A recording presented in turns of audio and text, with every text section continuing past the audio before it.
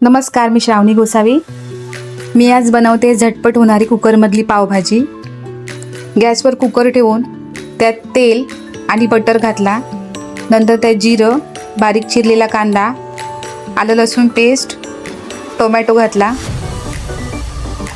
कांदा टोमॅटो चांगला भाजला की त्यात हळद, तिखट मसाला, पावभाजी मसाला, मग त्यात बटाटी, वाटाणे, शिमला मिरची, फरसबी, गाजर, फ्लॉवर, मीठ घालून 2 ग्लास पाणी घालून 5 ते 6 शिट्ट्या केल्या. पावभाजी ही अशी डिश आहे की नाश्ता असो की संध्याकाळची भूक कधीही केली तरी सगळ्यांना आवडते.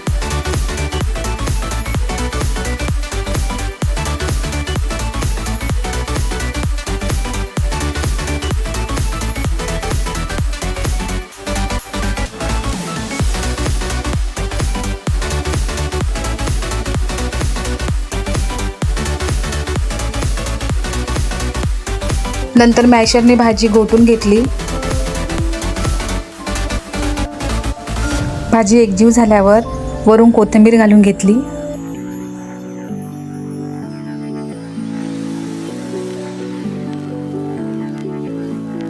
नंतर बटर, तिखट मसाला, कसुरी मेथी घालून वरती फोडणी करायची आहे.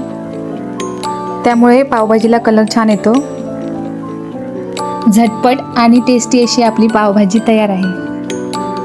व्हिडिओ आवडल्यास चॅनलला लाईक, शेअर आणि सबस्क्राईब करा. थँक्यू.